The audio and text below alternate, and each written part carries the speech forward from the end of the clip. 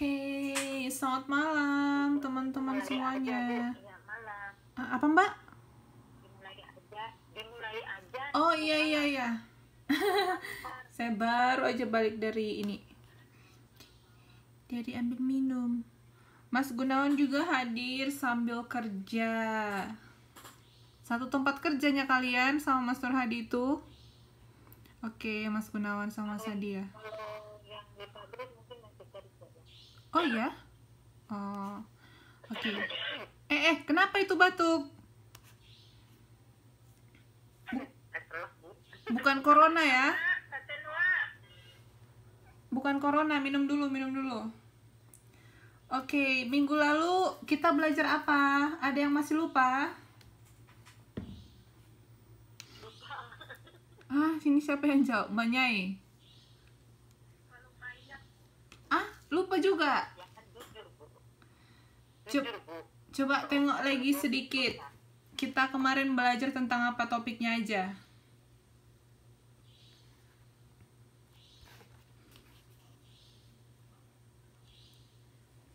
Ku ikut separuh aja, Bu. Oh iya, yang kemarin masuknya telat ya. Gak apa-apa. Ayo, yang lain.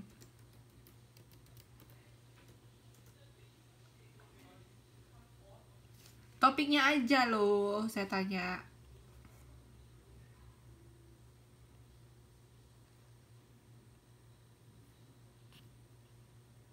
Kalau nggak bisa kasih suara, diketik aja ya.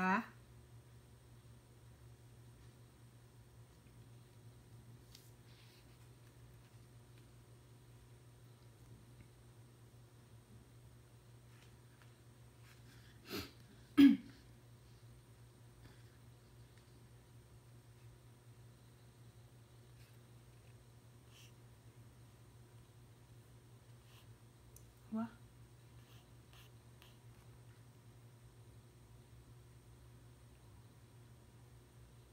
Ini nggak ada yang mau ngetikkan topiknya gitu. Nanti sayanya jadi shady. Ayo buka dulu modulnya. Apa Mbak? PPT-nya nggak ada. PPT-nya kok nggak ada. PPT yang mana? Nggak keluar. Hah? Ini di sini. Ada kok. Ini di sini. Teman-teman bisa lihat kan? Gak tahu yang lain mah. Gimana teman-teman? Ini kali jelek. Saya juga nggak ada. Hah?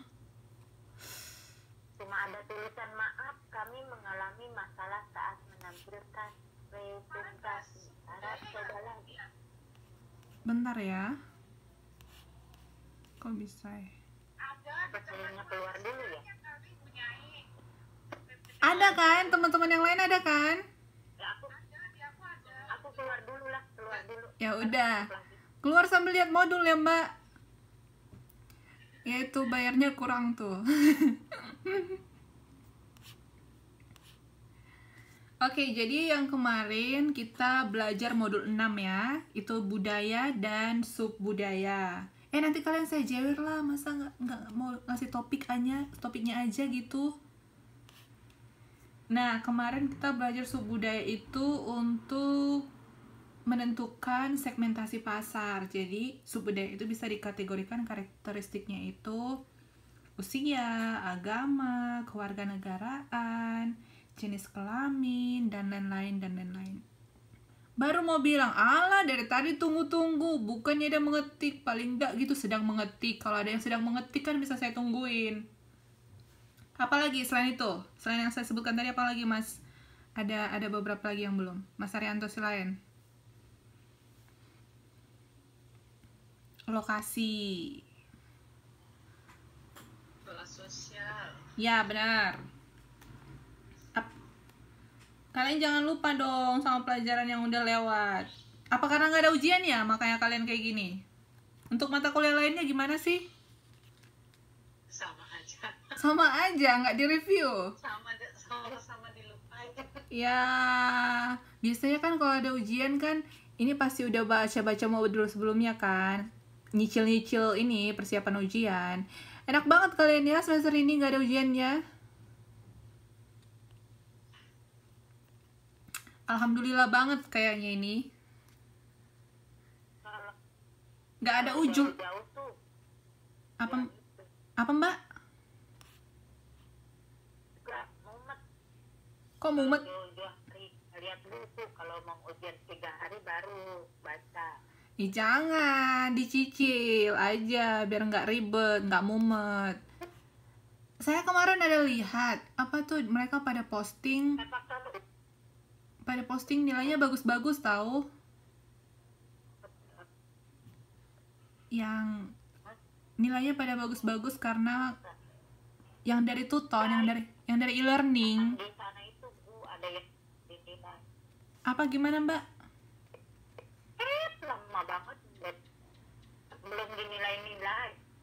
Yang di e-learning. Ada yang belum dinilai. Oh. Iya. Kadang-kadang ada yang sampai selesai tugas 3 baru dinilai. Iya ya. Tapi ada beberapa nilainya udah keluar kan? Ada yang sampai selesai semester lalu udah dinilai. Oh, mungkin gurunya nggak update tapi dinilai lah. Kan itu harus dikasih reportnya. Jadi nggak diupdate juga. Wah, itu gurunya kayaknya lagi nunggu lahiran. Mau lahiran dia. Murid Bu. Gimana? Kan jadi nggak senang. Ya kalau nggak dinilai gitu kan nggak semangat. Masa yang lain kan langsung dinilai. Kalau selesai kan semangat harganya. Kalau nggak dinilai kan, ini aja belum gini.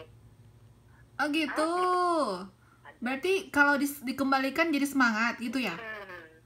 Oh, tugas kalian kan belum saya kembalikan. Akhirnya gini, kita ini ngerjain tugas ya. Ngerjain tugas nih Bu ya. Terus yang kecil kan kita, minggu besok lebih semangat lagi. Mudah-mudahan nilainya lebih. Kalau nilai Iya. nilai ini kira-kira Tugas kalian kan belum saya kembalikan. Mungkin gara-gara itu nggak semangat ya? Iya kah? Tugas kalian kan belum saya kembalikan. Mungkin gara-gara itu nggak semangat. enggak kalau e-learning itu kayak gitu kita enak kalau tugas itu takut ya itu sekasih karenanya Iya ya.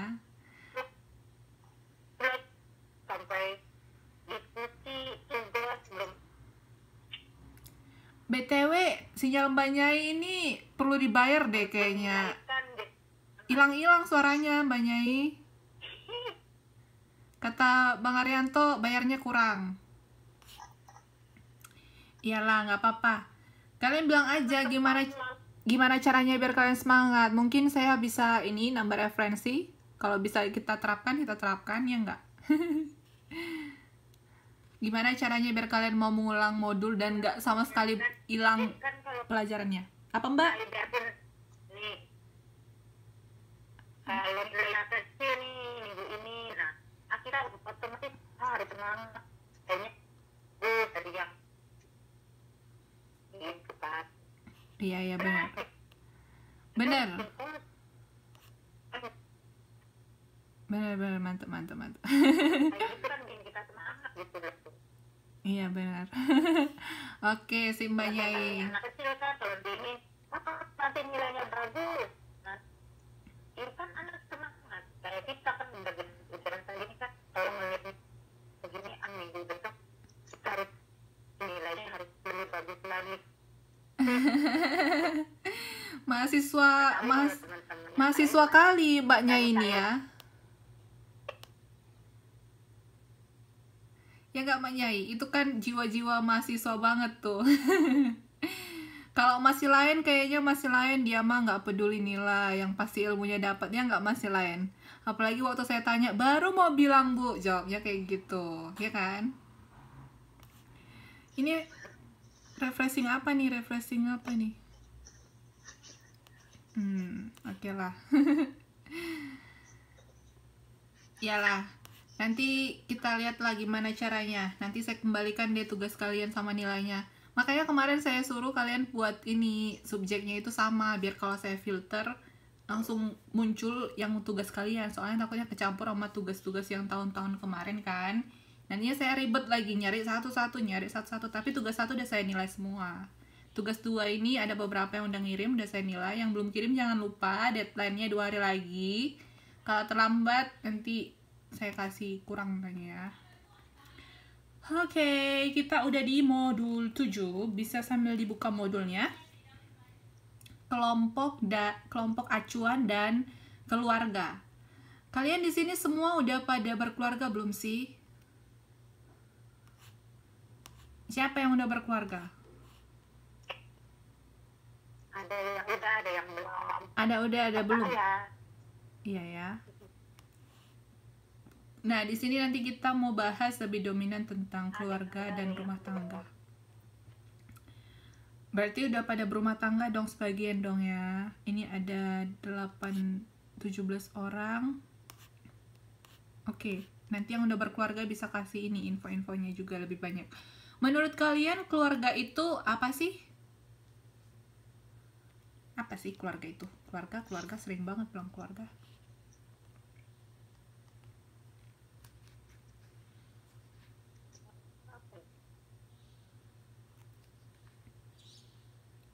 Sambil dibuka modulnya, modul 7. Enggak hubungan suami istri, hubungan anak.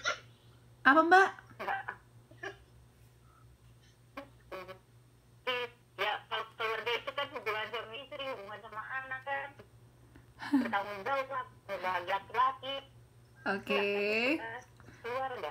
Keluarga itu adalah kelompok ya. Oke, Mbak Nyai, keluarga itu adalah kelompok yang terdiri dari 2 orang atau lebih dengan ikatan perkawinan. Kalau kalian hanya 1 orang, jangan bilang keluarga. Kalau kalian tidak ada ikatan perkawinan, gak usah juga ngaku-ngaku keluarga ya. Misalkan, itu loh suami aku katanya, padahal belum nikah. Selanjutnya rumah tangga. Rumah tangga itu Ini kan di Taiwan, di Bojoan. apa mbak? Apa mbak Nyai? Kalau di Taiwan ini belajar tuh pada belajarnya umum ya. Punya katanya ada ikat pernikahan. Kok saya nggak dengar ya? Maksudnya suara mbaknya hilang-hilang. Coba diketik. Sinyalnya kali, sinyalnya jelek kali di sini. Nanti kalau apa diketik aja ya, biar saya baca. Maksudnya di Taiwan ya bojo-bojoan katanya. Bojo-bojoan itu suaranya mbaknya dikondisikan dulu. Nggak apa-apa, nanti mbaknya ketik aja kalau nggak. Nah, selanjutnya rumah tangga. Rumah tangga itu merupakan struktur yang terdiri dari anggota yang terkait dengan keluarga dan semua orang-orang yang tidak terkait yang berada dalam satu unit tempat tinggal, baik itu rumah, apartemen, kelompok kamar-kamar, dan lain-lain. Jadi ini menurut secara akademisnya pengertian rumah tangga. Nah, rumah tangga itu dibedakan jadi 2, rumah tangga biasa dan rumah tangga khusus. Rumah tangga biasa itu kita yang satu keluarga yang mendiami satu bangunan dan masuk sensus ya, di sensus kan ada sensus penduduk tuh. Nah, kalau rumah tangga khusus itu mereka yang tinggal di asrama, di panti asuhan, dan di kos-kosan dan lain-lainnya. Dan ini kelompok yang mondok atau indekos yang jumlahnya 10 orang atau lebih. Kalian masuk rumah tangga yang mana nih? Ada nggak kalian di sini masuk rumah tangga khusus? Jadi kalian kalau satu kos-kosan tuh, satu unit ya, satu unit tempat tinggal tuh, kalian satu rumah tangga, tapi masuk definisi rumah tangga khusus. Jadi kalau kalian dulu yang anak-anak mondok atau tinggal di asrama dan lain-lain itu kalian dikatakan satu rumah tangga. Yang biasanya kita dengar tuh, ini ya, rumah tangga itu ya kita yang satu keluarga, itu masuk ke rumah tangga biasa, oke?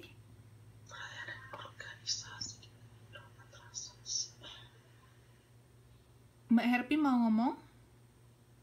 Oh, enggak mau. Oh, oke. Nah, selanjutnya ada yang dikatakan dengan Peranan anggota keluarga dalam mengambil keputusan.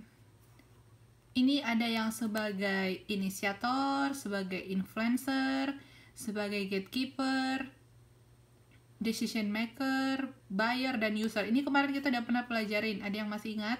Ada yang masih lupa? Inisiator itu maksudnya apa? Kalau nggak salah di modul 2. Iya, di modul 2 nih. Yang ada di benak kalian itu dalam proses pengambilan keputusan itu kan ada inisiator, influencer, gatekeeper. Kemarin contohnya kalau nggak salah saya buat yang kalau ini pas temen yang ngajak makan, kita makan kesini yuk, lapar. Ke restoran Korea aja gitu, dan akhirnya dan lain-lain. Inisiator itu apa?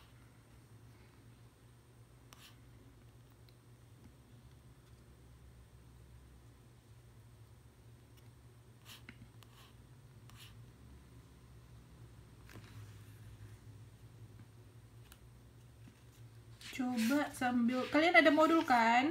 Di modul 7-10. Coba sambil dibuka modulnya. Ayo, siapa yang mau baca pengertian inisiator?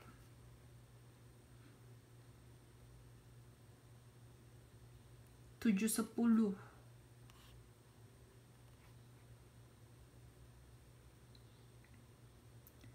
Oke, Mbak Eva.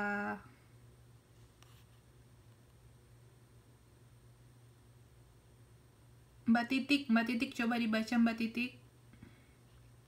Di halaman 7-10. Ayo Mbak Titik dulu.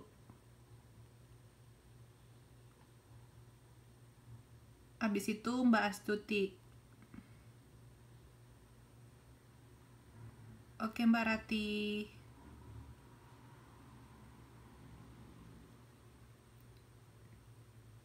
Siapa lagi nih yang sambil kerja? Ada lagi yang sambil kerja? Seperti 3 mahasiswa lainnya. Mahasiswa-mahasiswi. Mbak Tusira bisa dibaca 7-10. Oke, Mas Arianto.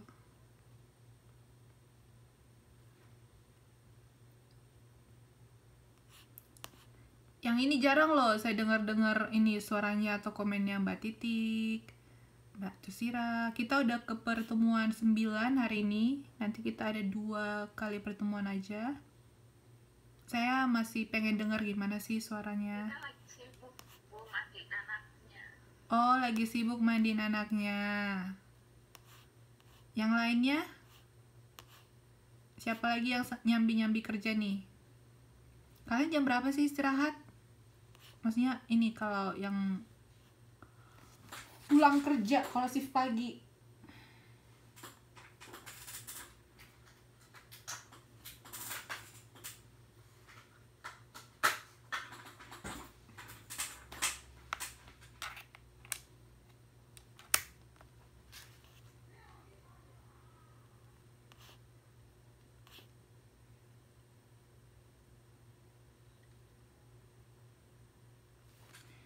Oke, saya baca aja deh kalau gitu.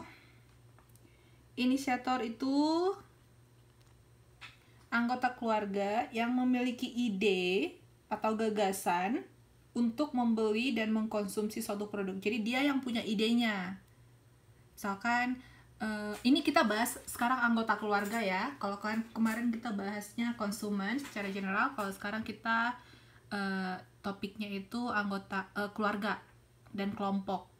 Nah, di sini anggota keluarga yang memiliki ide untuk membeli atau mengkonsumsi suatu produk. Nah, selanjutnya ada yang dinamakan dengan influencer. Influencer itu anggota keluarga yang diminta pendapatnya mengenai suatu produk.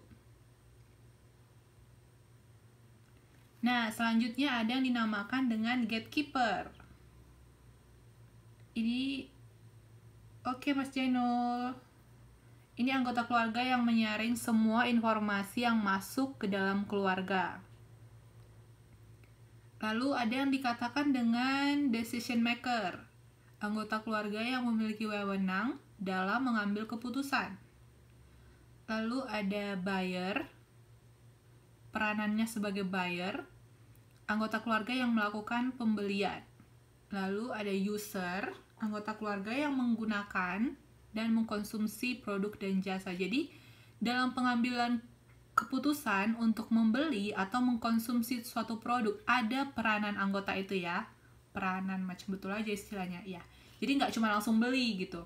Nah di sini pemasar perlu mengetahui seberapa besar peranan anggota keluarga itu dalam pengambilan keputusannya. Nah jadi mereka tahu sebenarnya mereka harus fokuskan kemana agar yang sebagai peranannya tadi bisa melakukan pembelian. Nih contohnya, tadi kita bilang inisiator. Contohnya dalam sebuah keluarga itu, misalkan nih, siapa ya? Misalnya Mbak Nyai. Mbak Nyai, anaknya ada berapa Mbak Nyai?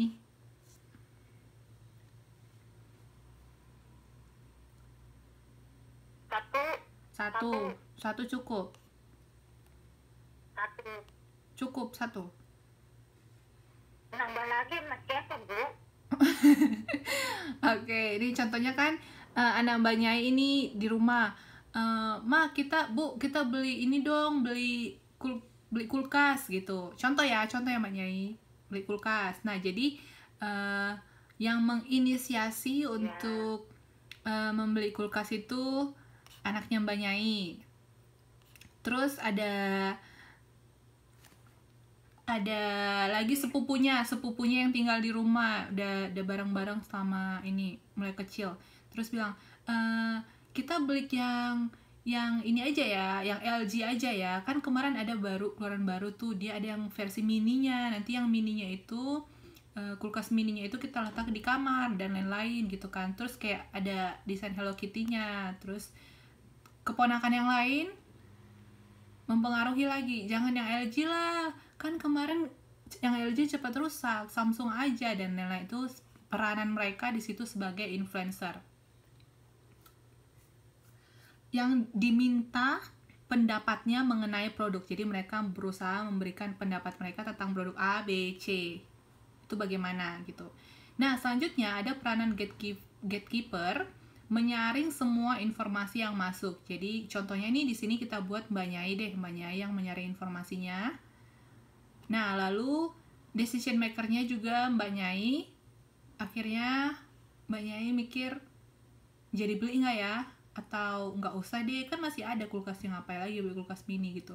Nah, dan terakhir setelah dipengaruhi sama anak-anak ponakannya juga, akhirnya Mbak Nyai mikir, yang menginisiasi tadi untuk melakukan pembelian, anaknya Mbak Nyai, akhirnya diputuskan oleh Mbak Nyai untuk melakukan pembelian, buyer. Nah, yang sebagai usernya itu semua keluarga yang ada di rumah Mbak Nyai gitu. Jadi masing-masing mereka itu ada peranannya. Nah, di sini pemasar perlu mengetahui dalam pembelian suatu produk itu siapa sih peranan yang mana sih yang lebih kuat. Jadi mereka akan berusaha untuk melakukan atau mempengaruhi orang yang dalam peranan itu gitu. Kalau di sini menurut kalian yang menjadi peranan terbesarnya itu dari contoh yang kita buat tadi siapa?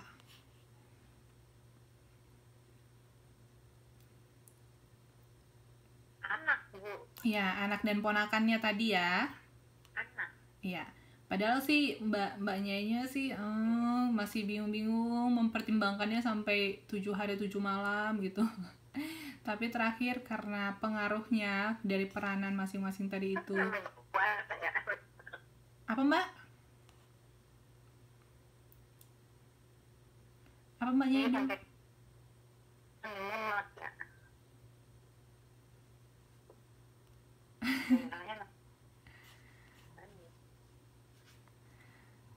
Nah, contohnya nih, kita selanjutnya contoh pembelian mobil.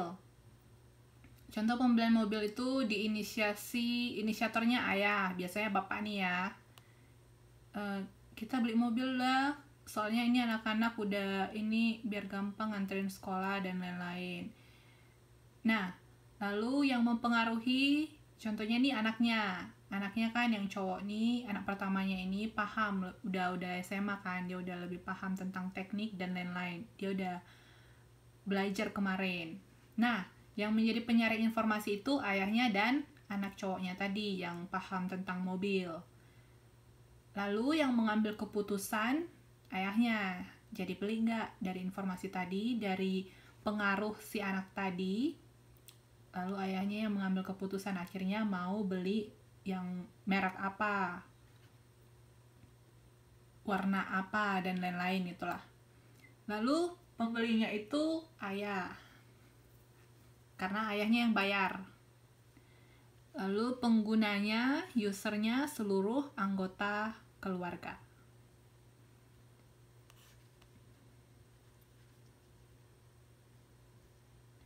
Kalau kalian dalam ini waktu beli barang, sering diskusi nggak sama keluarga?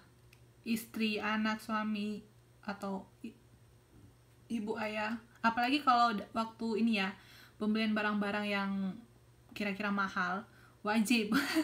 Wajib. Contohnya nih Mas Surhadi waktu beli apa? Diskusinya sama siapa?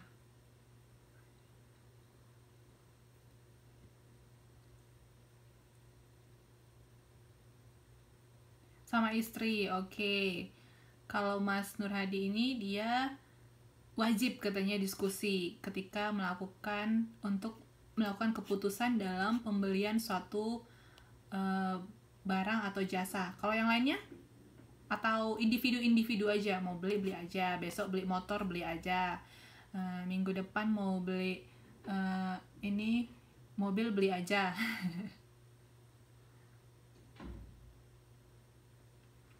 Mbak Eva juga diskusi. Oke, yang lain? Mbak Herpi, Mbak Noviani. Tergantung barangnya Kak. Kalau misalkan barangnya barang mahal aja lah kita bilang, yang menguras dompet.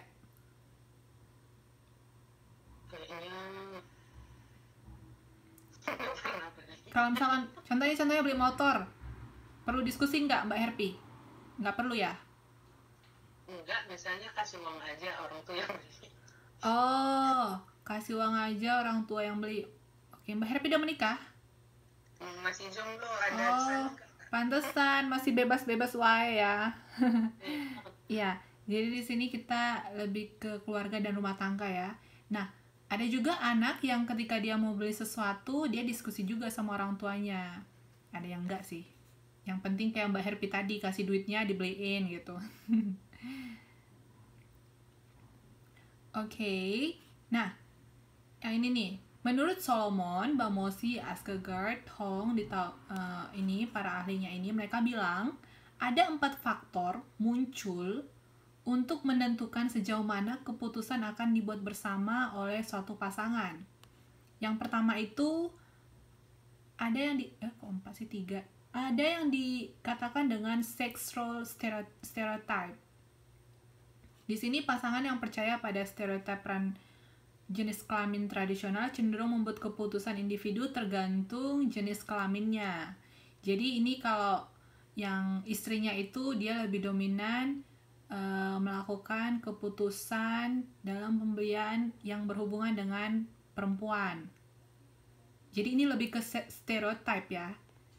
Bukan berarti maksimal perempuannya tahu semua lebih jauh, tapi ini stereotip, namanya peranan tradisional gitu, cenderungnya kayak gitu. Nah, kalau yang suaminya itu yang berhubungan dengan lelaki gitu. Contohnya kalau laki ini, kalian informasinya itu banyak di bidang apa sih? Alat-alat elektronik kali ya. Nah, contohnya yang cewek-cewek ini, ya ini kebutuhan-kebutuhan rumah tangga gitu. Walaupun sekarang ada yang berdiskusi berdua atau malah ada yang suaminya lebih paham tentang alat-alat rumah tangga dan makanan dan lain. Tapi yang ini pertama ada istilah dengan sex role stereotype. Pasangan yang percaya pada peranan jenis kelamin cenderung membuat keputusan individu tergantung jenis kelaminnya. Contohnya nih, kalau istrinya kan biasanya beli panci, beli panci, terus apa nih, beli perabot-perabot dapur, itu biasanya istri ya. Nah, ada yang dikatakan dengan sumber spousal. Suami istri, pasangan yang memberi lebih banyak kontribusi terhadap sumber daya keluarga. Jadi ini suami istrinya, mereka yang mengambil keputusan bareng-bareng, kali kayak Mas Nur Hadi, kayak Mbak Eva, dan teman-teman lainnya, yang mereka bareng-bareng dulu gitu. Mungkin kontribusinya hanya dalam pemilihan warna gitu. Mas, nanti gelasnya mau dibeli warna apa gitu. Jadi mereka diskusi ya, bukan otomatis semuanya didiskusikan. Mungkin dari pemilihan warna atau ukuran. Mau dibeli yang dari bahan apa? Stainless atau kaca gitu kan. Mangkoknya. Terus untuk bekal makannya dan lain-lain seperti itu. Nah, selanjutnya ada yang dikatakan dengan faktor pengalaman.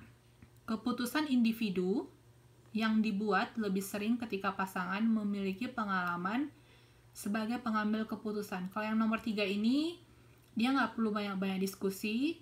Ketika yang mau buat keputusan itu udah memiliki pengalaman, ya langsung buat aja gitu. Misalkan suaminya kemarin udah pernah pengalaman jual panci kali, bukan jual panci ya, kerja di perusahaan yang memproduksi barang-barang alat-alat dapur gitu kan. Jadi dia punya pengalaman. Jadi ketika dia berumah tangga mau beli alat-alat itu, ya suaminya aja yang buat keputusan. Oke. Nih, bagaimana sih sejauh ini peranan ibu atau istri kalian dalam pengambilan keputusan dalam rumah tangga? Sejauh ini kalau kalian nih, seberapa besar peranannya istri-istri?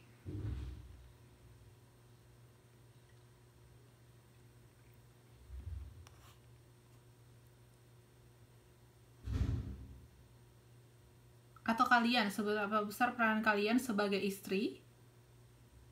Kalau yang belum menikah berarti ibunya. Di rumah ibu kalian sering nggak ini lebih dominan mengambil keputusan? Ayahnya cuman kasih uang, serah ibumu aja lah, mau beli apa ya serah ibumu gitu. Ada, Bu. Gimana Mbak? Ya kalau seumpama kayak mau lebaran gitu, kata bapak itu kasih duit, itu serah mau gimana, bajunya gimana, beli baju, terus kue-kuenya, kue kering, suruh diserahin ibu lah pokoknya. Iya ya, serah ibu ya. Aja. Berarti peranan ibunya besar ya. Kalau misalkan ini lebaran ya, kalau misalkan sehari-hari juga gimana? Sehari-hari juga sama. Kayak uang saku adik gitu, aja. Iya. Berarti peranan ibunya lebih dominan dalam pengambilan keputusan di keluarganya Mbak Eva. Wah, berarti ibunya sebagai ibu ini harus ini dong, harus pinter pengelola ya kalau udah kayak gitu. Kan yang pegang uang keluarga istri. Oke. Terus yang kalau Mas Arianto, siapa lebih dominan? Istri, suami, atau sama aja dua-duanya? Peranannya ini 50-50, imbang. Istri, Bu. Oke. Biasanya sih istri ya. Pengen jawab duluan tapi segan. Gimana? Pengen bantu jawab tapi segan. Kenapa segan? Karena diomelin sama itu tuh, dia lagi nulis tuh. Ya udah tahu kok kita Mbak. Kan istri itu katanya apa ya, istilah-istilahnya sih saya juga nggak tahu. Orang-orang bilang kalau udah menikah itu istrinya lebih pinter, setinggi apapun pendidikan suaminya, yang lebih pinter itu istrinya, katanya gitu. Saya juga nggak tahu bedanya apa ini ya, dari segi pengelolaan dan lain-lain atau apalah, katanya gitu. Jadi kan ngatur uang istri, Bu. Oke. Ada juga yang ngatur uang suami, Mbak, Mas. Tapi pada umumnya istri dong ya, itu udah wajib. Jadi kalian ini Gajinya kasih ke istri. Jangan setengah-setengah dikasih. Nah, dalam pembelian apa ibu dominan? Yang belum berumah tangga, dulu kalian ingat nggak? Yang lebih dominan itu ibu dalam pembelian apa sih?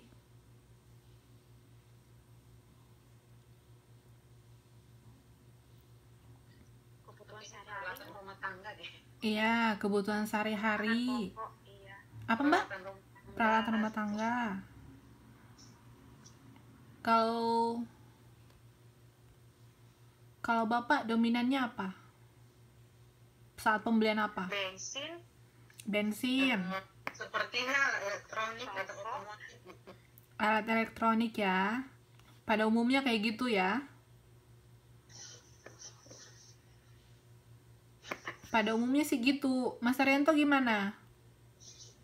Atau Istri juga. istri juga? Yang beli alat elektronik juga dominan istri?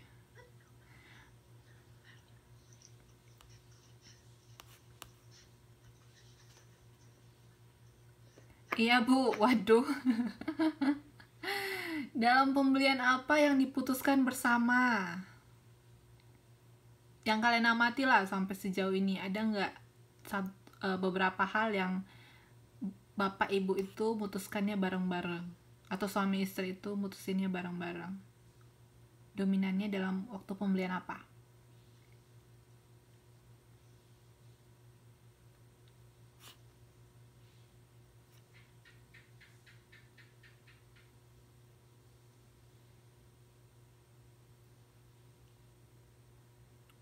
Beli alat, beli kendaraan, oke.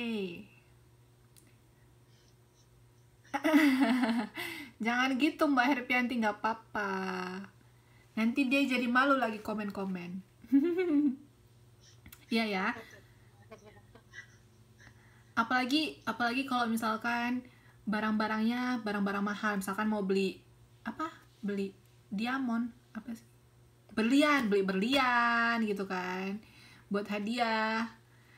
Walaupun hadiahnya untuk istri, tapi mutusinnya barang-barang kali ya. Ya kali nanti pas dibeliin istrinya nggak suka kan udah harganya puluhan juta lagi. Ya nggak suka kan, nggak bisa suka-suka dipulangin ke toko. Beli rumah. Ya nanti walaupun nanti istrinya yang dominan ini memiliki ide harus yang model kayak gini, warnanya nanti dibuat kayak gini, tapi tetap aja diputuskan bersama ya. Diskusinya itu biasanya diskusinya lebih banyak daripada yang lainnya. Kalau kalian nanti yang belum menikah ini, Mbak Herpi nanti gimana? Nanti Mbak Herpi mau lebih dominan semua nggak? Enggak sih. Enggak. Biar aja kayak Mas itu loh, kayak Mas Arianto itu loh. Kan jadi suka-suka Mbak Herpi lah. Tapi jelas, tapi jelas dong, maksudnya ya memang keuangannya jadi harus makin meningkat gitu. Iya ya, jadi setiap keluarga itu, setiap rumah tangga itu beda-beda juga peranannya dan sejauh mana pengaruhnya. Dalam pembelian apa masing-masing memutuskan sendiri tanpa meminta pendapat orang lain? Tanpa meminta pendapat. Beli baju, apalagi? Beli rokok. Kalau cowok-cowok ini apa Mbak? Kosmetik, oke. Perhiasan juga bu kadang. Iya ya. Biasanya keperluan sendiri gitu loh, untuk aku sendiri biasanya nggak nanya. Oke. Jadi ada juga Mbak istri yang selalu nanya, mau beli baju juga dia tanya suaminya, mau beli celana juga dia tanya suaminya, itu yang kayak gitu. Nah, jadi sejauh mana Itu mau Kak, sebenarnya minta dibeliin. dibeliin, pasti dibeliin, orang pakai duit suaminya kok. Tapi ada memang pembelian-pembelian yang memang nggak perlu minta pendapat ya. Nah, yang untuk produk-produk apa yang sebenarnya harus diambil keputusan sendiri, ini juga perlu dipelajari oleh pemasar gitu. Tapi biasanya produk-produk Yang jomblo sabar ya. Kayaknya nggak ada yang jomblo deh di sini. Ada yang udah reserve kan? Ya nggak, guys? Nggak ada yang jomblo di sini, Mas Nur Hadi. Enak aja. Mau sombong dia. Oke. Apalagi kalau pria-pria ini membeli produk-produk yang sebenarnya tidak perlu dikonsumsi ya. Misalkan apa? Pasti mereka nggak bakal minta pendapat siapa-siapa. Beli rokok, beli minum, dan lain-lain. Kalau ibu sendiri gimana? Hahaha. Tumben bertanya. Kalau saya apa ya? Mau jujur, nanti dia diledek. Ya udah deh. Kalau untuk keputusan-keputusan sama kayak kalian juga, kalau misalkan itu untuk jangka panjang, jangka lama, dan produk-produknya mahal, biasanya sih tanya ke ortu, tanya kakak. Tapi kalau misalkan untuk kebutuhan sehari-hari lebih dominan, apalagi sekarang kita jauh kan, maksudnya jauh di apa, di negeri orang, biasanya sih dominan saya sendiri, suka-suka saya aja. Kalau mau main kesana kemari juga mengambil keputusan kadang suka-suka saya aja. Yang pasti tetap inilah dalam lingkaran ya. Tunggu keputusan dari pacar. Hahaha. Pacarnya masih ini diproduksi. Nggak lah. Masih di manajemen operasi. Lalu model pengambilan keputusan produk oleh sebuah keluarga. Nah, di sini ada istri lebih dominan dalam pengambilan keputusan, ada juga suaminya yang dominan dalam pengambilan keputusan. Ada yang keputusan autonomi tanpa tergantung satu sama lain. Jadi kalau mau ambil keputusan sendiri aja, terserah. Ini katanya lebih dari ini, kelas menengah ke atas. Biasanya, nggak semua juga. Lalu ada juga model yang keputusan bersama, jadi mereka lebih sering diskusi gitu. Yang ambil keputusan bersama ini kayaknya lebih ini banget ya, kompak ya, apa-apa diskusi. Romantis. Oke. Sosialisasi anak sebagai keluarga. Menurut para ahli, di sini ada peranan anak. Nah, jadi orang tua ini ada yang dikatakan dengan orang tua dengan kemajemukan. Di sini kita mau mempelajari seberapa jauh sih peranan anak dalam proses pembelian gitu. Nah, yang pertama itu ada orang tua dengan kemajemukan, mendorong anak untuk mengapresiasikan ide. Jadi ide-idenya itu dari anak. Anak ini peranannya sebagai inisiator lebih tinggi. Misalkan, itu ada Kak Rose. Iya ada. Emang itu siapa Mbak? Siapa Kak Herpi? Apa Kak Herpi? Cerita si lain. Oh gitu. Oke ya Mbak Herpi. Hati-hati kalau ngomong. Oh iya. Ini kemarin mereka udah tulis ini loh, Mas Arianto. Apa tadi Mas saya bilang? Jadi di orang tua dengan kemajemukan ini mendorong anaknya untuk mengapresiasikan ide. Jadi di sini yang menjadi inisiator, yang selalu menjadi inisiator dominan itu anak. Nah, selanjutnya ada orang tua konsensual. Mendorong anak mencari keharmonisan, tapi mereka dipengaruhi oleh ide-ide dari anak-anak mereka. Jadi kalau yang kedua ini 50-50. Pengaruhnya anak dan orang tua itu 50-50. Yang ketiga ini, orang tua protektif. Orang tua ini percaya bahwa ibu tahu yang terbaik. Ibu lagi di sini. Ibu tahu yang terbaik gitu ya. Jadi apa-apa orang tuanya aja yang putuskan gitu, karena udahlah ibu tahu kok yang terbaik untuk anaknya gitu. Nah, kalau yang pertama ini orang tua kemajemukan. Misalkan nih mau liburan, nak kita mau liburan kemana? Anaknya yang kasih ide, liburan ke ini aja, ke waterboom atau ke puncak, liburan ke bla bla bla, semua idenya dari anak ya. Jadi yang dominan itu anaknya. Kalau kalian nanti di masa depan yang mana nih? Apakah kalian mau jadi orang tua kemajemukan, orang tua konsensual, ide dari anaknya tapi tetap siapa yang jawab? Eva, Bu. Protektif. Kenapa begitu Mbak Eva? Alasannya?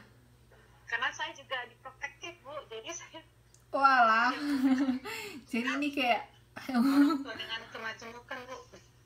kemajemukan. Oh. Terbaik sekali nih ibu-ibu kemajemukan nih. Biar anaknya jangan tertekan batin. Iya ya. Kalau yang ini konsensual juga oke. Kalau Mbak Eva katanya dia mau buat seperti yang dibuat ibunya ke dia. Wah. Itu dia makanya saya jadi orang tua kemajemukan bilang anaknya jangan kayak Eva. Iya ya, biar anaknya jangan kayak Mbak Eva. Nah, ada plus minusnya ya masing-masing tergantung ininya juga keluarganya. Kalau saya nanti yang mana ya? Yang konsensual aja deh. Ada ide dari anak-anaknya, ada ide dari saya juga. Jadi yang pasti nggak bentrok idenya. Cari keharmonisan ya, bukan berarti jadi konflik gitu. Nah, ini menurut Sambros dan Bakir, peranan anak. Jadi sebenarnya seberapa jauh sih peranan anak itu dalam proses pembelian gitu. Nah, jadi mereka perlu mencari tahu juga. Ada tiga bagian. Berarti kalau yang di orang tua protektif ini, kalau dia dari keluarga orang tua protektif, anaknya tidak terlalu ini ya, jauh peranannya. Oke. Kita mau masuk ke kelompok acuan.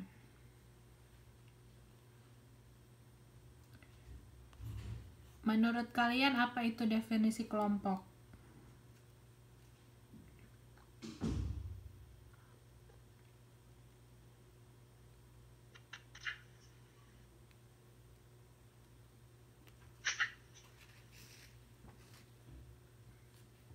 Kita udah sering dengar ya, dari bahasa sehari-hari aja. Menurut kalian? Kumpulan dari 2 orang atau lebih. Oke. Yang lain ada? Ada yang lain? Apakah ada yang lain?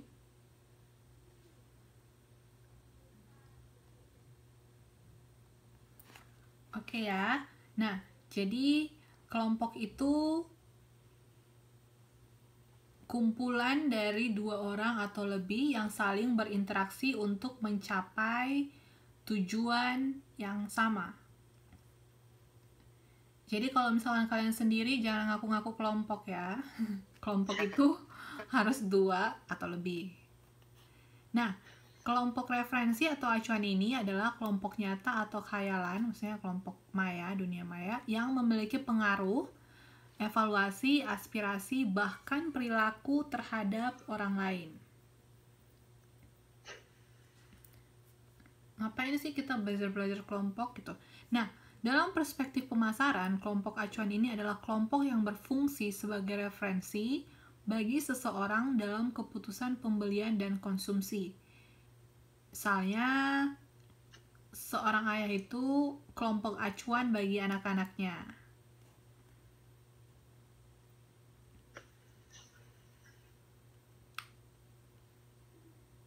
Kalau kalian sering nggak gabung ke grup-grup hanya untuk mencari referensi?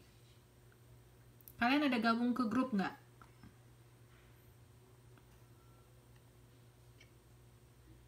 Grup dunia maya atau lain-lainnya. Misalkan kalian mau beli handphone, kalian apakah kalian pernah ada? Contohnya grup apa Mbak? Atau grup-grup ini cara pakai makeup, cara pakai makeup. Ada. Contohnya grup apa Mas Arianto? Nggak pernah, Bu. Kenapa nggak pernah? Masak, Bu. Oh ya. Grup itu. Males punya Sakit persoalan. Oke, grup menulis, K-popers, grup memasak ya, cari referensi, bahan, proses-proses gimana biar ini hasilnya bagus. Oke, Mbak Agus ini ya, dia masuk grup menulis dan lain-lain seperti itu ya. Kalau Mas Arianto, grup K-popers.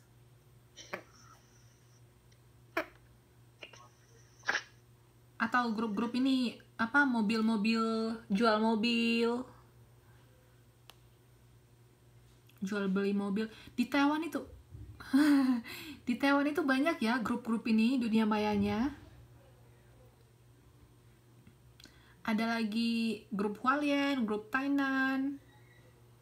Saya di sini ada yang di Hualiennya aja mereka udah buat grup. enggak, Grup saya emang gak pernah ikutan grup-grupan. apa Mbak?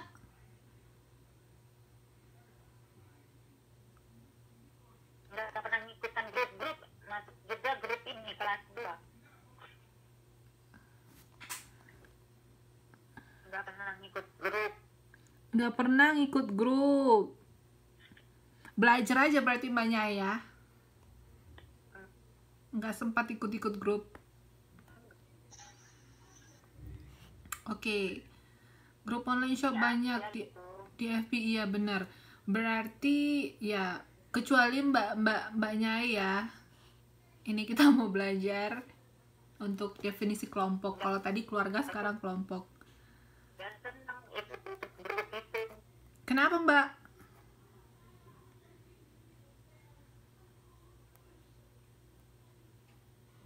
Apa? Saya nggak begitu senang ikut gitu. Nggak begitu senang, mungkin banyak notifikasinya kali ya. Kelas kayak gini boleh. Oh, tergantung Mbak. Di sekolah yang banyak. Ya, tergantung mau apa yang mau kita cari informasinya gitu kan. Karena kan di sini kita katakan kelompok referensi atau kelompok acuan gitu kan.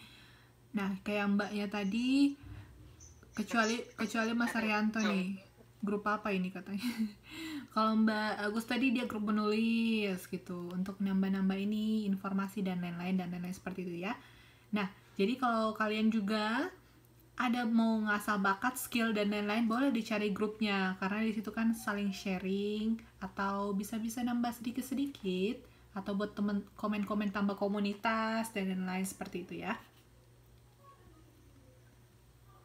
Nah, di sini kelompok acuan tadi kita udah tahu kelompok acuan itu kelompok nyata, dunia nyata atau maya yang memiliki pengaruh untuk mengevaluasi aspirasi bahkan perilaku terhadap orang lain.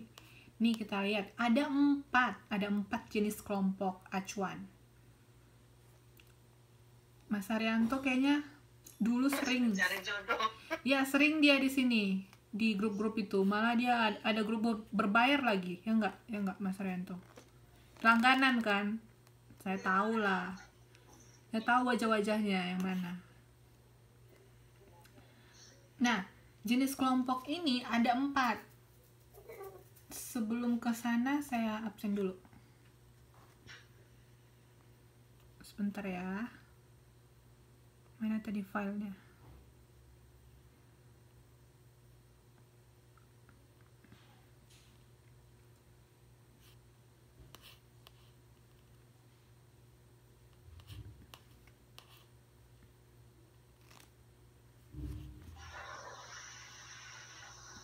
Kalau kalian mau ke toilet dulu, saya mau absen dulu.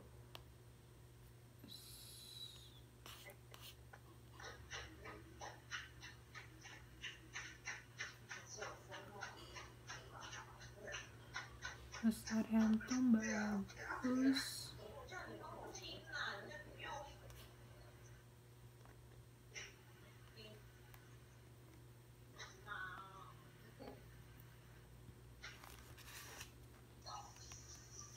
Mbak Apriani,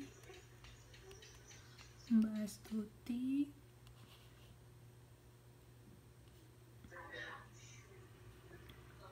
Mbak Dia,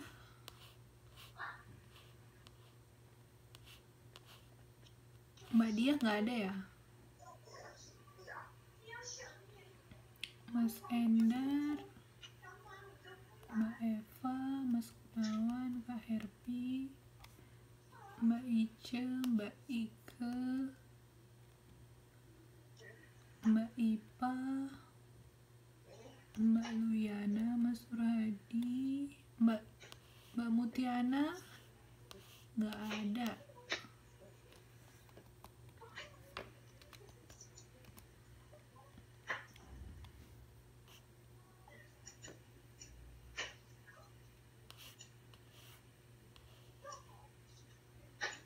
Mbak Nana Mauliana,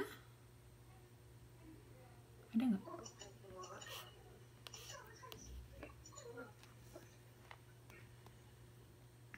Mbak Noviani ada, Mbak Nyai ada, Mbak Paija ada, Mbak Rati, Mbak Roida ada, Mbak Siti, Mbak Bu Novi Tusiri. ada, Bu. Apa Mbak? Novi.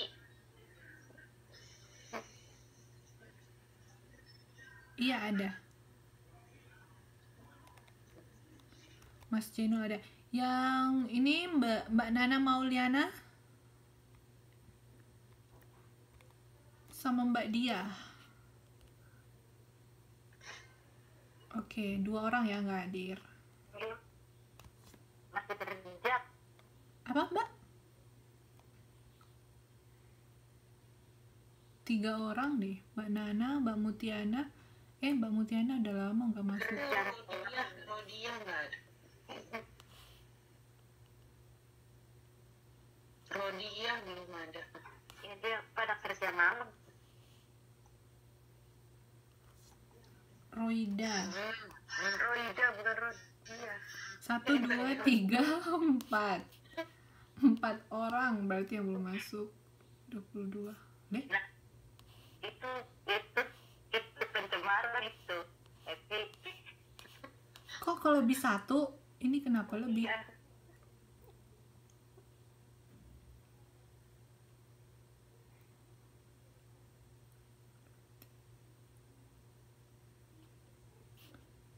Oke, berarti yang nggak hadir Mbak Roida, Mbak Nana Mauliana, Mbak Mutiana, Mbak Dia. Bener nggak sih? Tadi Eva ada 2 namanya. Eva Ardita. Iya bener ya, pantesan ini kok lebih, saya lihat-lihat lagi, ini siapa yang apa gini. tangan tulis Bu. Itu nama samaran. Kenapa begitu Mbak Eva? Saya lihat jumlahnya, terus saya jumlahkan lagi sama kalian, beda. Oke, ini kemarin yang saya email Mbak Ika apa Mbak Ice? Mbak Ike kah? Kok kemarin tugasnya terpotong? Hanya ada 1 file? Maksudnya cuma jawab nomor 1 apa ya? Mbak Ike?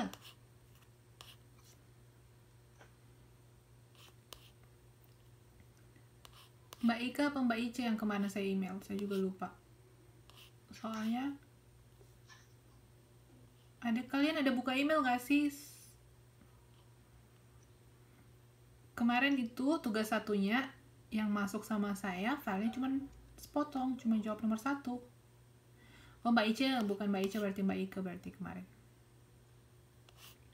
Kalau emang terpotong, dikirim aja lanjutannya. Kan ya kali nanti nilainya sedikit. Oke Mbak Ike.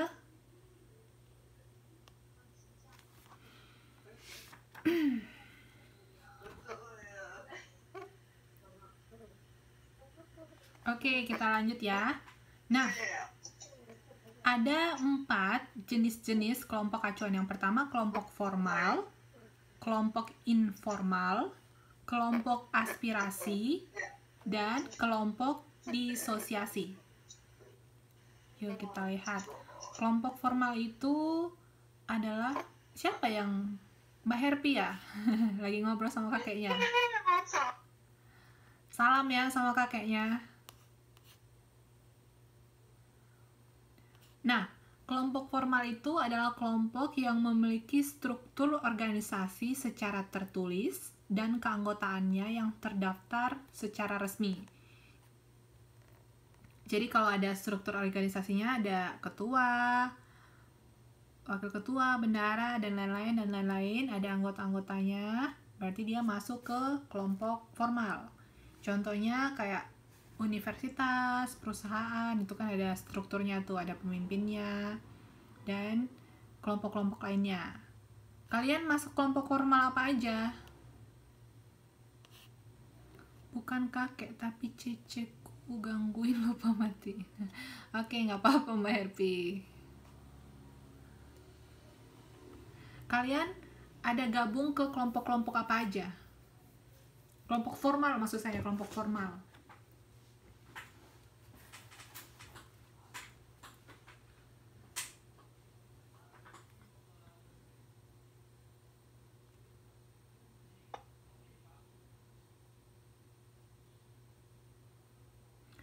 UT.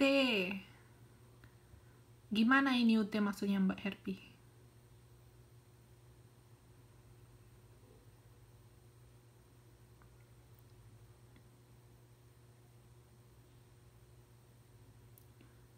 Grup UT di FB. Grup UT. Itu ada ketuanya gitu? Ada ketuanya, wakil ketuanya, anggota-anggotanya, dan lain-lain gitu kah?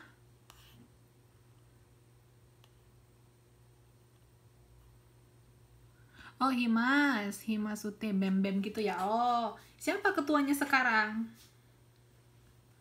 Siapa ketua BEM atau Himas? Siapa ketuanya sekarang?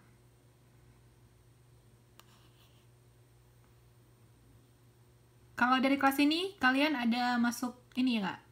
Di bagian strukturalnya. Kalau kalian satu kelas ini, ambil bagiannya sebagai apa aja?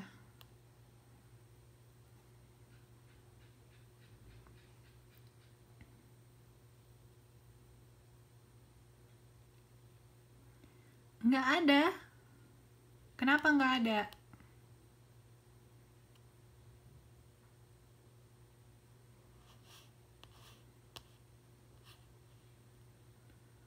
Udah pada pensiun. Cepet banget pensiunnya. Oke, jadi kelompok formal ini kalau misal oke ya. Yang lain ada kelompok formal lain? Nah, kalau misalkan kalian gabung ke kelompok formal, apa aja manfaat yang kalian dapat di situ dan lain-lain. Apakah referensinya kalian dapat dari situ juga dan lain-lainnya. Nah, selanjutnya kelompok informal. Kelompok yang tidak memiliki struktur organisasi secara tertulis dan resmi. Sifat keanggotaannya juga tidak tercatat. Misalnya kelompok badminton, kelompok sepak bola, senam-senam kebugaran, dan lain-lain. Pokoknya yang informal gitulah, yang kalian buat kelompok-kelompoknya sendiri gitu. Kalau ini kayaknya banyak ya, banyak nih kayaknya kalian suka kelompok-kelompok.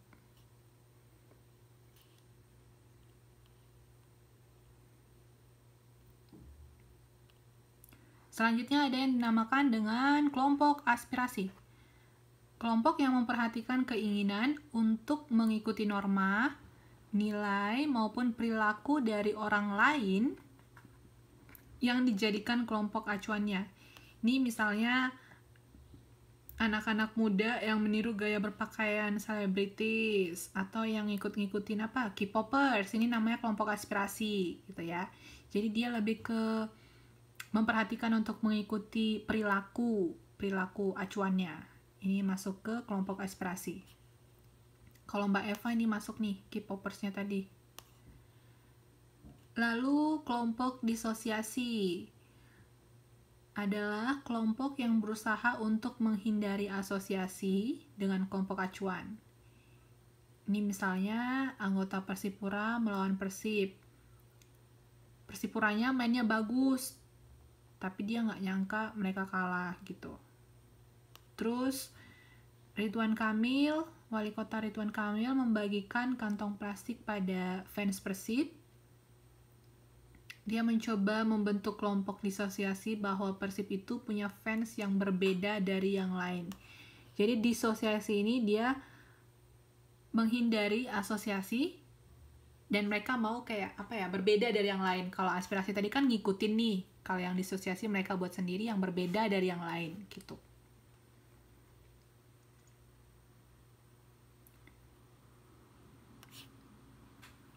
Nah, ada 3 macam pengaruh kelompok acuan. Kalau tadi kelompok masak-masakan kalian itu masuk kemana? Tadi kalian ada kelompok-kelompok apa aja? Kelompok masak, kelompok menulis, online cari jodoh, dan lain-lain. Itu masuk kemana? Ayo. Tadi kan ada 4 nih. Terus kelompok apa tadi? Kelompok apa ini? Grup ambiar ini, Mbak? Informal kali ya, Kak. Apa, Mbak? Kelompok informal. Oke. Tadi Mbak, tadi Kakak kelompok apa tadi?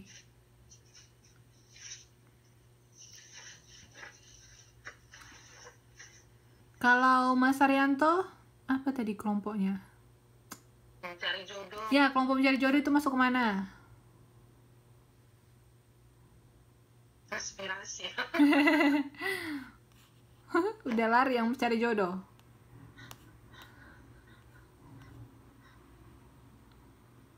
Oke, tapi dominannya itu kelompok informal ya, yang kalian sebutin tadi satu persatu. Tapi kelompok-kelompok ini pun menjadi sumber referensi dan mempengaruhi perilaku kalian. Mungkin informal ya, informal Mas. Nah, sampai sejauh ini, kalian ada ikut nggak kelompok yang kayak Mbak apa ini? Mbak Agus tadi, dia kan ikut kelompok menulis nih. Di sana kan banyak grup-grup ini kan, share-share cara menulis, dari pemula sampai gimana biar jadi profesional menulisnya. Mbak Agus sampai sejauh ini udah menulis berapa banyak? Udah menulis berapa banyak? Udah menulis di mana aja? Menulis mana aja, Mbak?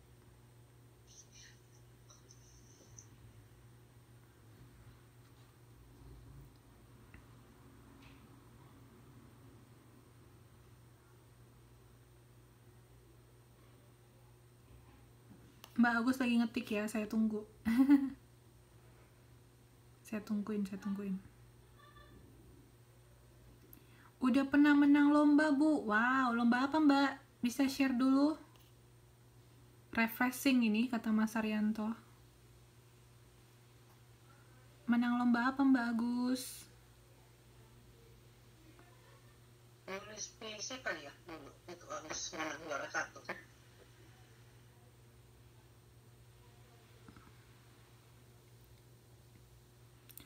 Menulis cerpen. Puisi sama cerpen. Oh. Ya. Bagus ya. Berarti kelompok menulis Mbak Agus tadi itu bisa menjadi sumber referensi Mbak Agus ya. Misalkan mulai dari informasi atau tips-tips. Oh, ada lomba nulis cerpen sekarang kan ya, yang di Taiwan itu. Mbak Agus udah ikut. Tilam itu udah ikut. Kalian pada ikut nggak sih? Dulu pernah ikut sekali. Tilam. Oh, iya. Ikutlah. Kalian banyak-banyak kalau ikut lomba kayak gitu. Kan di sini ini banget. Judulnya Jangan Sakiti Aku. Kenapa Mas Arianto hafal sekali? Boleh dong. Nanti ini cerpennya Mbak Agus di-share. Berarti Mbak Agus ini emang suka nulis? Emang suka nulis atau baru-baru sedang belajar menulis atau karena mengikuti fansnya? Siapa tahu ada acuannya kan? Siapa tahu kemarin idolanya itu ternyata suka menulis, jadinya Mbak nggak suka nulis. Oh, tapi pinter ya. Kemarin saya ada baca juga tuh lomba nulis cerpen. Nanti deh saya share kalau nemu lagi. Tapi suka baca novel. Oh gitu. Bagus. Ya, jadi kalian masuk aja di grup-grup yang memang kalian ada tertarik. Walaupun tertariknya sedikit, siapa tahu nanti bisa mengubah perilaku kalian. Maksudnya kelompok-kelompok itu kan kemarin kita udah belajar bahwa tapi baca modul malas, Bu. Jujur sekali. Kadang-kadang kalian terlalu jujur. Walaupun jujur itu menyakitkan ya. Jangan sakiti aku, kata Mas Arianto. Sekali-sekali kalian boleh lah nggak jujur bilang kalau kalian itu suka baca, apalagi baca modul perilaku konsumen. Apa tadi mau saya bilang? Bentar dulu.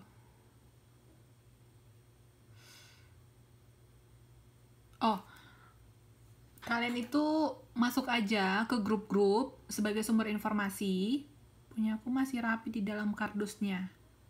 Apanya Mas Nur Hadi yang masih rapi? Tulisannya, catatannya, modul. Astaga, pantesan. Jangan gitu loh Mas Nur Hadi.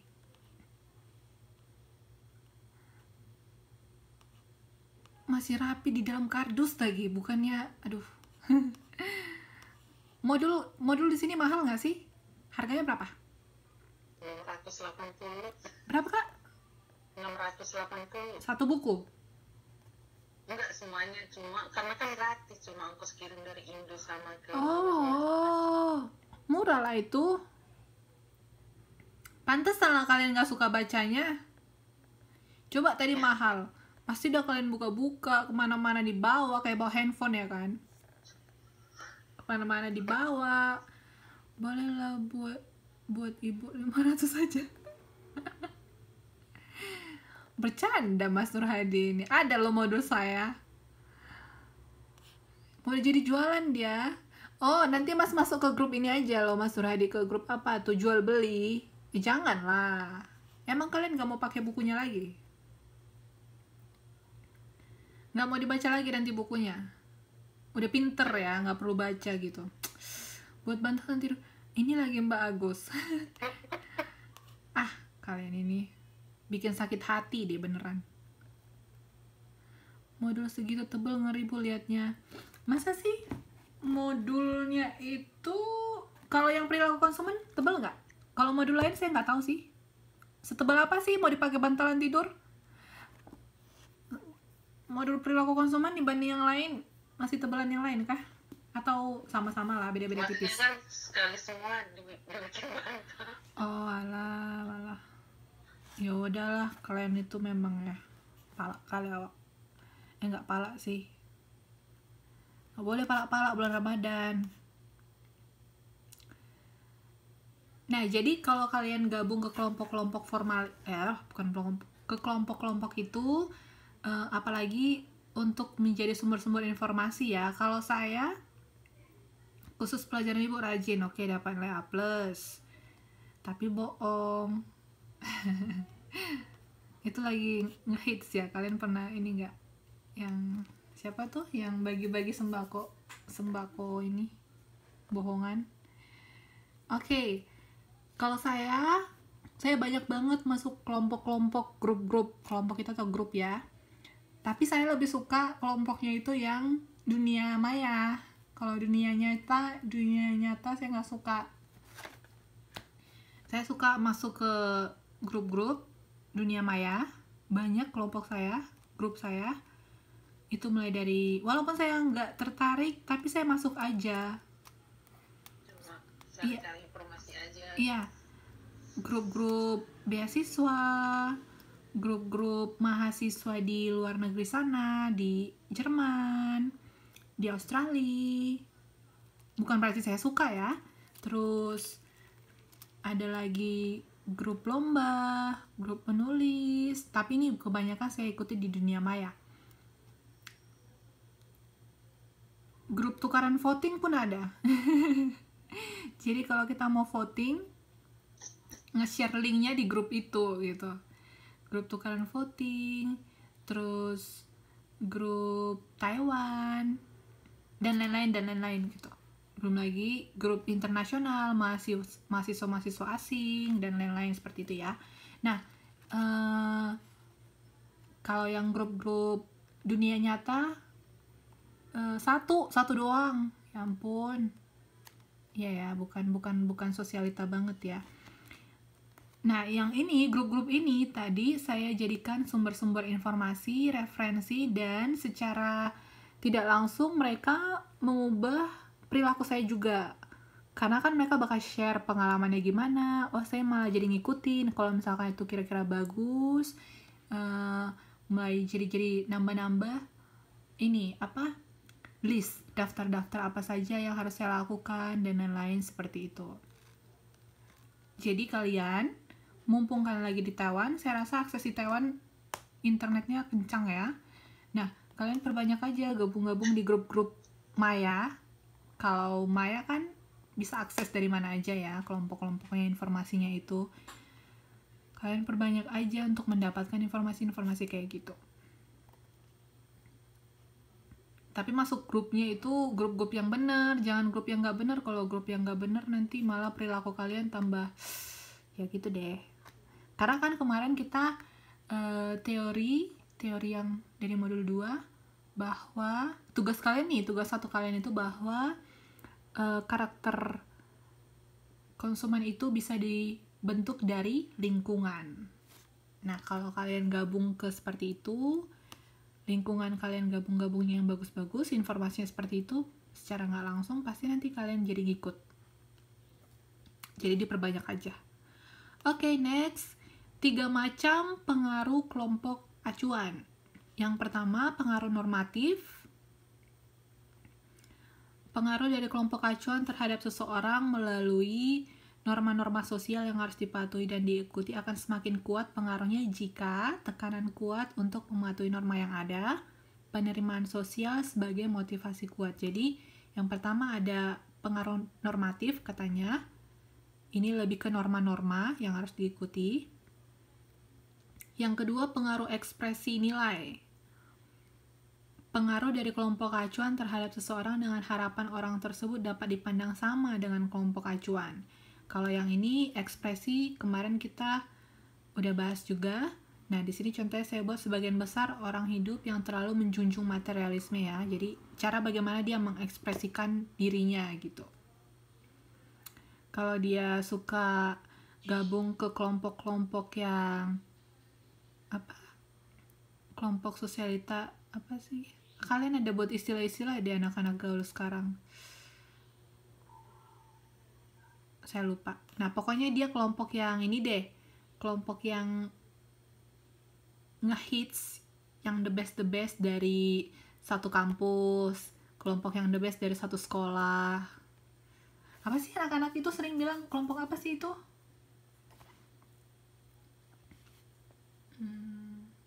Kayak primadona kampus. Aduh. Nah, misalnya primadona kampus gitu kan. Jadi kan nggak bisa sembarangan masuk ke grup itu dan lain-lain seperti itu. Nah, yang itu biasanya lebih ke pengaruh ekspresi nilai. Kalian ada primadonaan, gak usah ya, belajar aja. Nah, selanjutnya pengaruh informasi, yaitu pengaruh dari kelompok acuan yang memiliki pengetahuan dan informasi yang lebih baik. Nah, di sini ini yang saya bilang tadi, pengaruh informasi. Kita bisa bertanya, berdiskusi, dan lain-lain. Dan pada dasarnya itu gratis. Oke, terakhir. Ini terakhir nggak sih? Oh ya. 3 alasan seseorang bergabung dengan sebuah grup preferensi. Katanya ada 3 alasan. Saya nggak tahu alasan-alasan kalian apa yang secara tertulis dikatakan untuk mendapatkan pengetahuan yang berharga. Ilmu ya, ilmu-ilmu baru ya. Walaupun itu ilmu-ilmu memasak atau ilmu-ilmu apapun itu, yang namanya pengetahuan itu berharga dong ya. Mulai dari tips-tips biar baterai awet, atau gimana biar laptopnya nggak lemot, dan lain-lain. Selanjutnya, untuk mendapatkan penghargaan atau menghindari hukuman. Kalau ini lebih ke rewardnya. Kalau kalian gabung itu nggak terdiskriminasi gitulah ceritanya, kayak primadonaan tadi contohnya. Nah, selanjutnya untuk mendapatkan makna yang digunakan untuk membangun, memodifikasi, dan memelihara konsep pribadi mereka. Ini lebih kayak yang saya bilang tadi, grup-grup yang saya ikuti, informasi-informasi kehidupan mahasiswa di luar negeri, terus share-share beasiswa dan lain-lain. Ini lebih ke memodifikasi ya dari konsep pribadi saya. Nah, kalau kalian sendiri gabung di grup-grup itu untuk apa sih? Misalkan nih kalian ada grup bola, alasan kalian gabung itu apa? Ayo.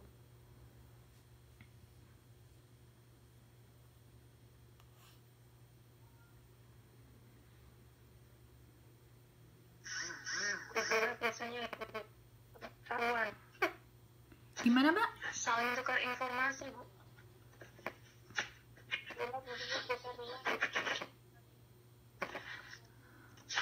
Saling tukar informasi, oke. Piye iki Mas Hadi? ini Mas Nur Hadi ini nomor 2 dia. Oke, yang lainnya? Saling tukar informasi ya. Ada yang mau sekedar menambah teman atau biar ada teman cerita gitu. Misalkan dia nggak punya teman, nggak ada teman curhat, jadi dia gabung-gabung kelompok-kelompok gitu, biar ada teman curhat, biar ada teman nongkrong. Nggak ada ya kayak gitu ya. Wah, sibuk-sibuk semua ya. Kita mah sibuk. Kalau ikut kelompok itu harus nambah ilmu.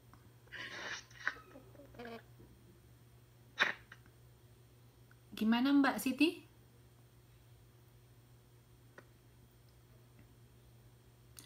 Senang ikut grup belajar nulis Mandarin, Kak. Grup belajar nulis Mandarin. Di mana, Kak Herpi?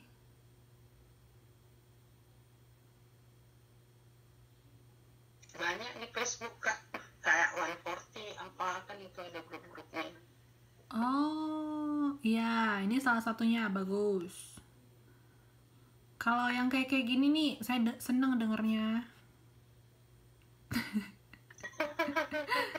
Tengok itu Mas Nur Hadi. Bagus katanya Mbak Herpi, lanjutkan. Oke, kelompok acuan yang terkait dengan konsumen itu ada kelompok belanja, kelompok kerja, kelompok maya, kelompok selebriti. Kalau kelompok kerja ini kita udah tahu ya, teman-teman belanja. Kalian punya teman belanja nggak? Ada nggak kalian yang punya teman khusus untuk belanja-belanja doang? Jadi kalau udah mau saatnya shopping, baru kalian hubungi, shopping yuk minggu depan gitu. Ada nggak di sini yang punya teman belanja? Kelompok belanja. Belanja si Ice, Bu. Ice, Costco yuk. Oh itu, oh iya berarti kelompok belanja Mbak Herpi itu Mbak Ice. Ada lagi kelompok kerja, kalian lah ya yang satu kerja. Kelompok maya tadi nulis-nulis tuh, menulis Mandarin dan lain-lain. Kelompok selebriti. Nah ini sering juga digunakan dalam komunikasi pemasaran. Jadi kayak ambasadornya. Nah, itu yang menjadi acuan kita. Jadi selebritisnya tadi jadi acuan kita. Itu salah satu strategi pemasar juga.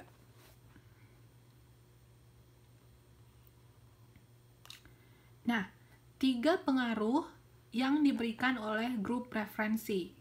Ini udah kita sebutkan, informasional, utilitarian. Ada yang ingat nggak utilitarian ini apa? Utilitarian. Kita udah pernah bahas.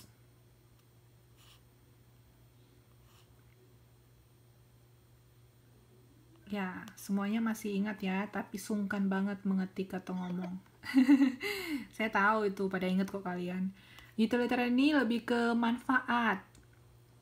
Manfaat ini dari kata utility, manfaat. Utilitarian. Jadi pengaruhnya itu dari grup referensi itu ketika ada manfaat yang bisa kita dapatkan. Lalu pengaruh ekspresi nilai. Ini lebih ke ekspresi gayanya, gaya hidupnya. Nah, grup referensi dan strategi pemasaran. Jadi pemasar, kesimpulannya dari yang kita pelajari ini, pemasar berusaha mendekati konsumen dengan menjadi grup preferensi yang diikuti konsumen. Pemasar juga menerapkan strategi pemasaran dengan menggunakan grup preferensi yang ahli dan sesuai dengan produk yang ditawarkan. Kalau misalkan kalian mau beli beli handphone, kalian mencari informasinya dari mana? Apakah Online, apa Mbak? dari online biasanya. Ya, Kalian cari informasinya dari perusahaannya, misalnya kan, oh jangan handphone deh, produk apa aja, kalian mencari informasi dari perusahaannya atau dari pihak ketiga? Kan kalau di perusahaannya itu kan ada testimoni kan, kalian baca testimoninya dari situ atau dari pihak luar, dari referensi luar. biasanya dari pengalaman konsumen lainnya, dari orang ketiga berarti. Orang ketiga, testimoni Testimoni ya, orang ketiga juga Mbak, tapi yang dari perusahaan atau yang dari luar perusahaan? yang dari luar. Yang dari luar, kenapa alasannya Kak Herpi? Karena biasanya kalau dari dalam itu Apa? bisa jadi kan nggak jujur, karena kan Iya. biasanya nggak ada lo yang jualan bilang ini barang saya nggak bagus ya. Iya bener. Kalau misalkan saya mau beli, misalkan nih mau beli apa ya, sepatu, misalkan mau beli sepatu, terus pasti aja kalau dari tokonya ya dari websitenya pasti dia bilang testimoninya A, B, C sampai Z semua yang bagus-bagus ya. Terus Iya. kalau sayanya sih seringnya kayak Mbak Herpi juga, saya cari referensinya dari luar, langsung ketik mereknya, terus mereka pasti kasih review gitu. Itu salah satu referensi saya. Jadi saya ngambil referensinya itu dari luar perusahaan. Karena kalau dari dalam perusahaan ya pastinya mereka kasih referensi kasih ini yang bagus-bagus dong. Nah, pemasar juga menerapkan strategi pemasaran dengan menggunakan grup referensi yang ahli dan sesuai dengan produk yang ditawarkan. Ini misalnya produk-produk kecantikan. Jadi kan ada di situ dermatologisnya. Jadi sebagai referensi kita, itu salah satu strategi mereka mengambil ahlinya, dokter-dokternya yang berpengetahuan ahli di bidang itu sebagai sumber referensi untuk konsumen. Itu salah satu strategi mereka. Oke. Itu dia untuk modul 7. Kita ada di modul 7, pertemuan ke-8, ke-9. Ada 2 pertemuan lagi ya. Ada pertanyaan?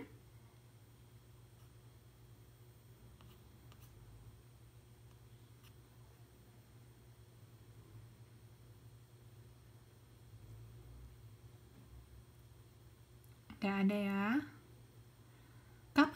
Kapan kalian ini Lebaran? Kapan selesai puasa?